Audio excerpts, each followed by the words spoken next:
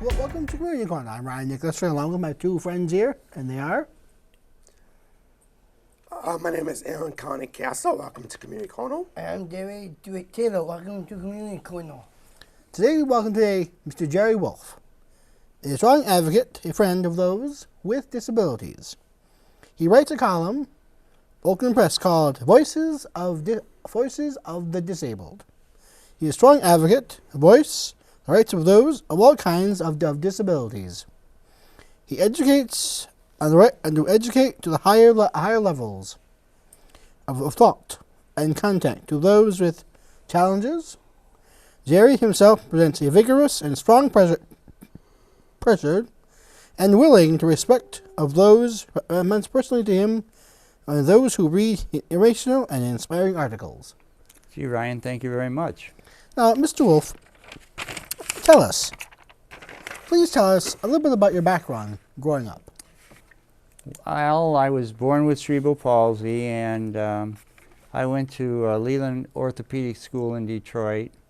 Then I went to White Special Education School in Detroit until I was in the 10th grade. Then I went to Osborne High School on Detroit's northeast side. And at the time, they wanted to segregate me in a separate room with other children with disabilities. And I said, it's time to change all this. So I went to the principal, whose name was Harlan Holt, and I told him that all I needed was an elevator key and a 5-minute leave, to leave 5 minutes before the end of the class to get to my next class. And he looked at me, he said, I think we can try that. And it worked out, and within a year or two, everybody with a disability at Osborne, they were going to class just like everybody else. And then I went to Wayne State University on a scholarship, got a degree in psychology, and then one day I went to pick up my sister Nancy at the Associated Press in Detroit, and they asked me if I could be a teletype setter, but I didn't really know what that was, but I wanted a job in the newspapers. And so I said, sure, I can do that. So for 6 months I went there and I taught myself to type 60 words a minute and write stories. And I worked there 2 years, Chicago, Lansing, and then I worked 23 years at United Press, and then I came to the Oakland Press in 1993. Wow. And I went in 2000, I went into the editor's office, Gary Gilbert, and I said, you know what? Nobody's talking or advocating or fighting for people with disabilities. And 1 in 5 people in this country has a serious disability. And I said to Gary at the time, if I don't win an award in 2 years, you can fire me or I'll quit. And so I started writing about various activities and participating. And a couple weeks before I was where that vow I made where I quit would come true, thank God, I got an award from Mark called the Dove Award. So I could show him that and see, I said, there are people listening to us. And since that time, I won probably about 25 awards. I've been inducted into the Athletes with Disabilities Hall of Fame.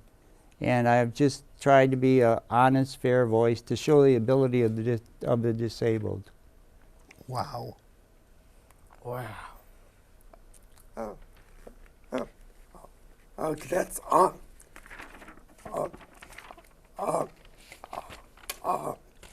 okay, that's an awesome story you had. Thanks, Aaron. You're welcome. Tell us about your family. I have a wife, Joanne. We've been married 35 years in June, and I won't tell you her age. And I have Mr. Norton, he's a Paws with a Cause dog, who was trained by Paws with a Cause. But now he's with Paradise Training, but he's mine. And I got him about 5 years ago, and he's just an incredible animal. He pulls me, can take off my socks and shoes, he can open doors, cover up my feet in bed. Yeah. He can pass the TV remote around so nobody has to get up, we all can lay around. Cool. He makes friends real easy. When I go to the mall, I have all kinds of people come up to me and say, hey, how you doing, you know? They don't see the wheelchair, they see the animal, and it's kind of cool. Oh, they see the animal? And then I have 2 sisters, 2 brother-in-laws, and my mother's 95, and last Saturday she got out of a nursing home and she's back in her own apartment. Oh, cool. Mm-hmm. Please tell us some of your hobbies and interests. I've always loved archery. And when I was younger, I used to do table tennis, and I became very, very good at that. In the 1960s, I won gold medals in competition throughout the United States. I like music. I play the keyboard. I like television. I enjoy good movies, and I just like to write. I've always loved to write.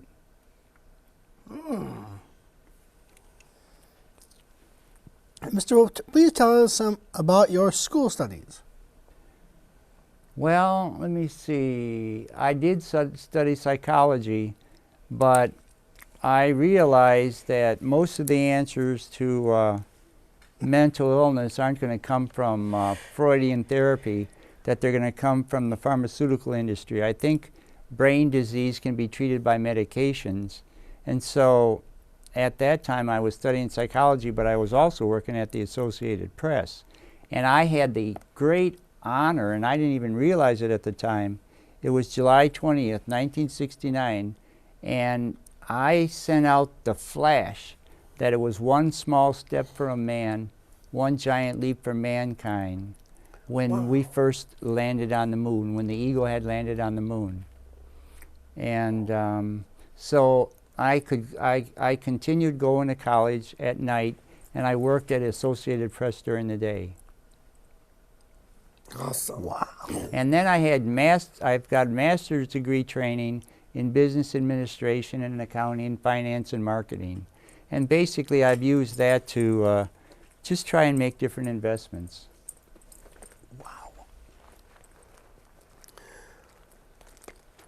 What is your career background? Career background? Uh-huh. Well, I worked in Detroit, Lansing, and Chicago for the Associated Press. And then I worked since 1994 at the Oakland Press as a copy editor, where you draw and design the pages. And then I write stories, I write the column, and now I'm starting to tweet, because everything is moving onto the internet and the web. And tweeting, you guys know what that is. You send out a message and somebody reads, and then you hope they go and look at your website. And the website at the Oakland Press is www.theoaklandpress.com. That's very easy to say. It is. Please share some of your personal challenges. I think one of the most difficult things that I faced was being isolated and segregated in the early 1950s, because I simply was born with a disability, and things have changed so much in the last 50 years. I can remember, I've written about this, I can remember sitting on a porch at our house on the northeast side of Detroit, and all the kids would run, and I couldn't keep up with them, so I had to find a way to become friends with the kids in the neighborhood. And you know, I think everybody has challenges. It's just where you set your goals. You know, what do you want to do with your life? Some people just want to live, and others, I try to use my abilities to change society in a way. For example, the Oakland School District is not wanting to provide accommodations for people with disabilities who go to parochial schools. So when I find a person that might be blind or visually impaired and they need large print books, I write a story about them. And I think in the last month or so I've changed the school's policy, and now they are going to provide the accommodations required under the Americans with Disabilities Act. And in 1990 I was one of about 150 people in the country that were picked by the Justice Department and the EEOC to go both to St. Louis and then Washington, D.C. and learn the American with Disabilities Act, so that I can go home and implement it, so that everybody has a right to get in a building, to go to school, to get a job, and to have a normal life just like everybody else. And you gentlemen have heard of the American with Disabilities Act, I'm sure. Yeah. Yeah. It's one of the greatest civil rights acts in American history. Wow. Now, Mr. Wolffe, tell us about how you developed your writing career. Oh, this is kind of funny. I always liked to write, and I had 31 surgeries in my life. And when I was about 10 years old, I was waiting for the gurney to come and get me for 2 knee operations. They were going to do double knee operations, and I was a nervous wreck. I was scared. And I picked up a pen, like a notebook like this, and I just started writing down my feelings. And all of a sudden, the gurney showed up, and they got me on there. I went and had my surgery, and I came back, and after that, I realized I had a gift for writing, and I would go into a restaurant, I'd sit down, I'd write a poem, and I could have been a teacher, I could have been an accountant, a psychologist, but I just loved writing, and I read good books, and I continued to write poetry, stories, probably for more than 50 years. I've probably written over 50,000 stories on anything you can imagine. Wow, 50,000? Yep, I wrote this on stories when Jimmy Hoffa, the Teamster leader, disappeared. I wrote when UAW leader Walter Reuther was killed. I wrote when that airplane went down on August 1987 in the Detroit Metro and killed 156 people. Okay. I have written about the dignity of people with disabilities. I have done stories where, no, you're stealing my show here. I've done stories like I've gone out and done, have you guys ever seen it? Like skiing, snow skiing when you're disabled, Yeah. or hockey playing. Yeah. And I did a marathon, the Detroit Free Press Marathon, when I was 61 years old a couple years ago.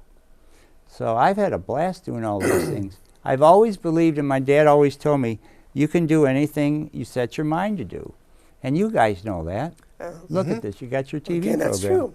That's right. It's true. You have to do it in your mind first and do it. Exactly. What is the name of your column, and how did you name it? The name of the column is The Voices of Disability, and it was kind of obvious to me what to name it. Voices means I wanted to have many people speak through that column. You know, people that are blind or deaf or whatever problems they have, people of all types with disabilities. And I always wanted to present it in a dignified manner, you know, because when I was like 2 years old, they wanted to put me in one of the institutions where they leave you, you know, because you're disabled.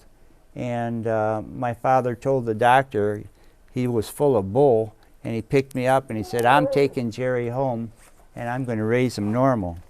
And so it was pretty, and then the other part was disabilities, because there's more than one type, and voices. So that was pretty easy. The only thing, it was kind of hard to squeeze that into a little bitty column space, but I wouldn't let them abbreviate it or nothing. Okay. And so I think it's become pretty well known. Okay, and so you Thanks, managed, Aaron.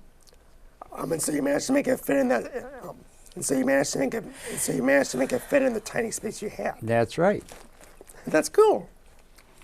How do you research your show topics and guests?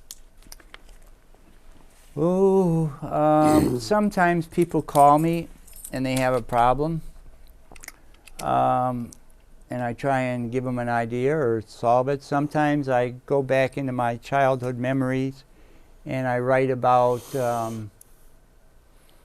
like I might write about this one I call Watermelon Saturday. We were moving from home on the west side of Detroit to the east side, and my mother went ahead to the neighborhood and she found the kids my age, the boys. And so she introduced them to me so that I would be able to play with these guys. And it was a real hot summer day, and my mother came out with a big platter of watermelon and gave it to everybody. And they really made the day for me. I fit in real good, and they all loved the watermelon. And, you know, that helped. And then my dad, who was a police officer in Detroit, became a scout leader. And I couldn't wait to be 11 years old so I could be in scouts. And these guys, when you play dodgeball, they weren't throwing the ball at me. You know, they must have thought I was made of glass or something. So my dad got them all in a big circle, and he said, hey, you guys, throw the ball at Jerry and try and knock his head off. And I said, thanks, Dad. That really helps me a lot. And I said, what am I supposed to do? And he said, I'm going to show you. And he said, you just stand there solid. And at the that time I could stand. Yeah. And he said, when they throw it at you, just catch it.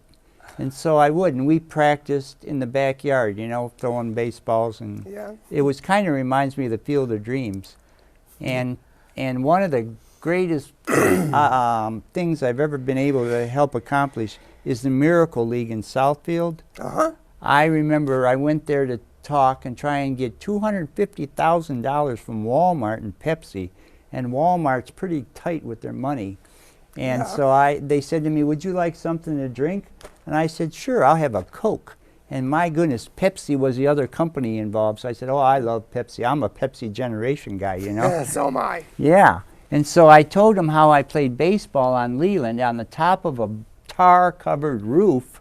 And if you hit the ball too hard, it went over, and it went down three floors into the street, and you couldn't play any more baseball. So I told him stories about how some guys couldn't hold a baseball bat and stand up, so they would use their crutch and they would hit the ball and we'd run and that. And so now there's a baseball field over at 13 in Southfield where kids with disabilities or young men or women can play, and able-bodied people can help them out if they want, and if not, they can do it on their own. Cool. And I think that's just really cool, because I think people understand sports, don't you? Uh-huh. And if they see me water skiing or snow skiing or playing terrific ping pong, you know, and when I was a kid, all these kids in the neighborhood would come in my basement, thought they could beat the pants off me. I had them running all over the place because I practiced for hundreds of hours with my dad, you know. Yeah. And then when I got better than him, he wouldn't play with me anymore. So you showed everybody. I sure did. I sure got a blast out of that. I'm telling you, that was so much fun. To me, it reminded me of that movie, The Sandlot, to me. Oh, that's a good movie. Don't you love it when stuff like that happens? Yeah, it's fantastic. Now, Mr. Wolffe, tell it. Do you have a role as an advocate? Oh, yes. I've been involved in lawsuits with the Detroit bus system. There was this fellow who was sitting over on Grand Boulevard, and he just had kidney dialysis. He was using a wheelchair, and he was just sitting, and the buses were just driving by. And so I got in touch with Richard Bernstein and told him about it, and Richard filed a federal lawsuit. Richard is blind. He filed a federal lawsuit that they have to make their buses, the wheelchair lifts work. And then at the University of Michigan, a guy named Mike Harris from Michigan Paralyzed Veterans of America, he wanted to go to a football game at Wolverines to watch the Wolverines. 100,000 people can sit there. And he couldn't get in there because he's paralyzed and he uses a wheelchair. And he's a former Marine. And so we filed a federal lawsuit, and I didn't start it off the story with any big fancy words. I just says Mike Harris and his buddies should be able to go and watch the Wolverines play football at the Big House. And that led to a federal lawsuit, and now the Big House in Ann Arbor is accessible, and it can seat several hundred people with wheelchairs.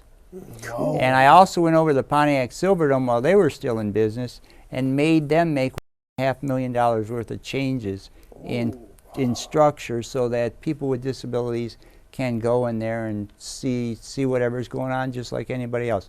We belong where everybody else is. Don't you guys agree? Me, totally. You know, I agree too, because it's important people with disabilities have the things that affect like me. Every year I play golf with the Special Olympics. That's something I like to do. Oh, It's that's fun. great.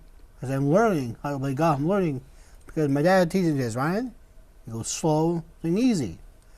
And I've been doing that ever since. So it's just like my dad teaching me how to play ping pong or catch or how to I catch a love ping dodgeball. pong. Mm-hmm. Yeah, ping pong is awesome. It's all the other sports. You know, that's how people of color broke through in America into the larger society, partly because of Jackie Robinson, and he played for the Dodgers in the 1950s. Yeah, I heard about that. Yeah. It changes attitudes when they see the ability of the person and not the disability. And I never would call anybody like physically impaired or epileptic or anything. I wrote a story saying my name is Jerry. I'm not that kid with CP, you know. And you guys, well, you're Ryan and you're Aaron and you're David. And that's what I'll call you. I wouldn't call you by your disability. That's Exactly. ridiculous. And people say, you know, that so-and-so's bound to a wheelchair. I'm not. There's no ropes on me. You know, I just can't walk. Or strings. No, there's no strings attached either, you know. That's right. Ain't Pinocchio. Yeah, that's why Pinocchio. And you know, that word handicapped, I never want to hear that because it actually means you're a beggar. You got a cap in your hand. In the 1800s, there was a war between Russia and France. And the soldiers came back wounded, and they passed laws that they could sit on the corner and beg with cap in hand. Handicap is a very derogatory word, you know. So we just say that, you know, you're David or you're Alan or you're Jerry, you know. Exactly. And then you become the person, and the disability is irrelevant. Exactly.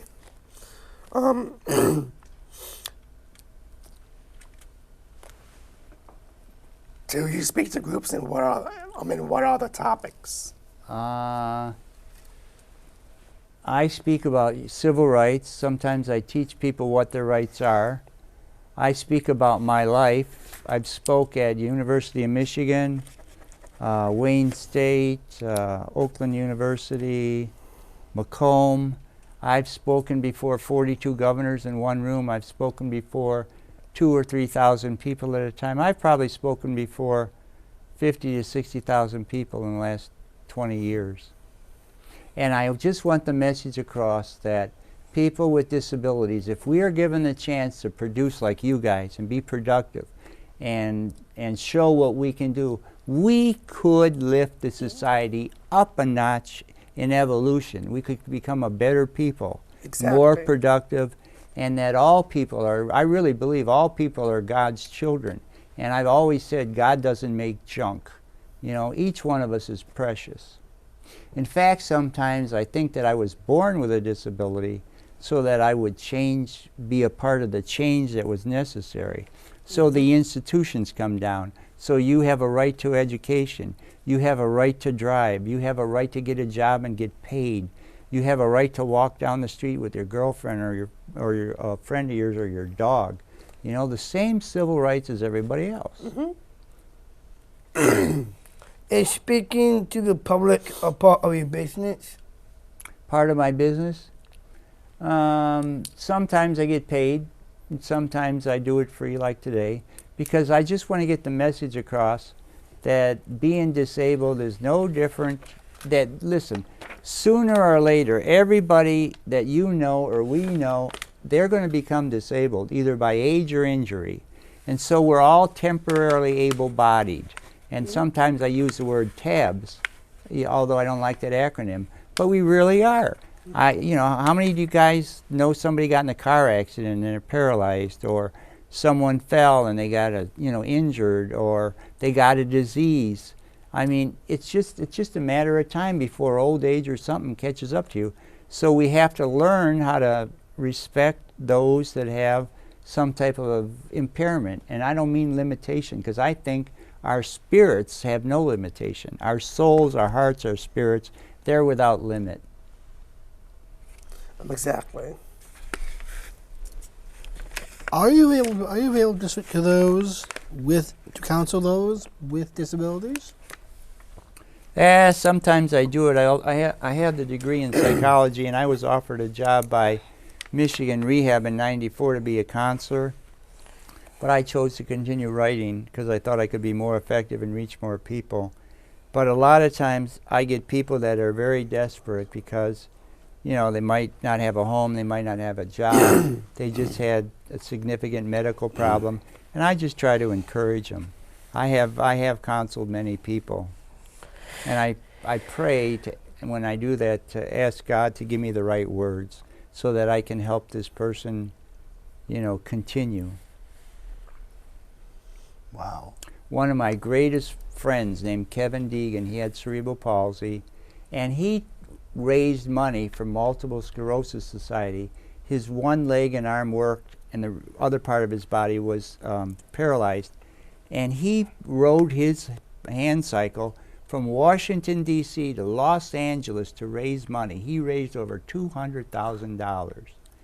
And he couldn't find a job, even though he had graduated from school. high school and he had some college. He couldn't find a job.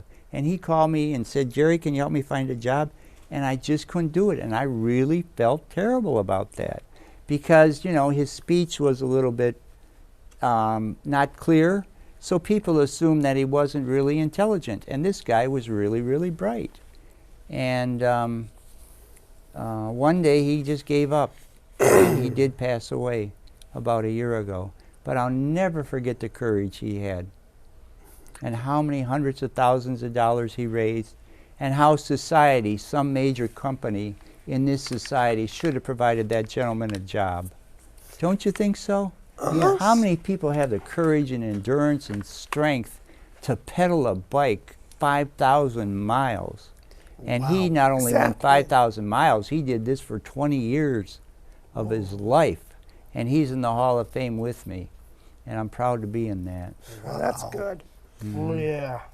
That's amazing, isn't it? That's amazing. It was amazing. His left arm was paralyzed and his left leg, and he had this bike set up that he could use his right arm, Well, and they followed him. we got 2 minutes left on our show, gentlemen. 2 minutes left on our show. So I'll do this. Aaron, want to ask a question then? So, do you sponsor or on a board of any agency?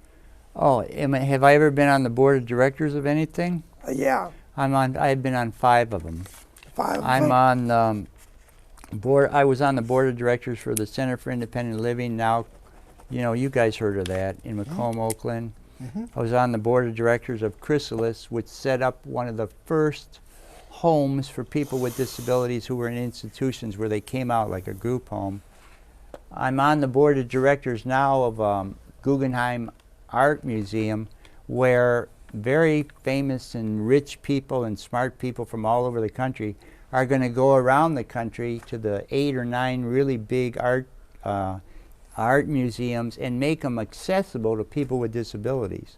I'm going to find ways to communicate a Van Gogh painting in words to someone who's blind, or so that they can touch a sculpture and know what it is, you know, because art should be accessible just like music to people with disabilities. You know, so, and let's see, what other 2 have I been on? I just can't think of them right now, but there's 5 of them. Dave, would you please close for me? I will. Thank you. Thank you, Sherry, for being our guest today. You have shared a lot of personal information and told us how you decided to take a path to experience a productive personal life and professional career. In doing that, you have served as a model for others, giving them promise and hope, and that is a wonderful comment to you. It is inspiring, and we appreciate you coming down to visit with us. Just a little reminder that March is Disability Awareness Month. Make sure you look out for Sherry's column online. I'm Jerry DeWitt. Thank you for listening and watching Community Corner. And my 2 friends are... Thanks for being on. Ryan and Aaron and David, Thanks. thank you very much. Thank you, I Jerry. really enjoyed Hi, everyone. giving you a chance. I'm this See way. you Have a again. good day, and thanks for watching Community Corner. Stay tuned for March Awareness. Bye-bye, everyone.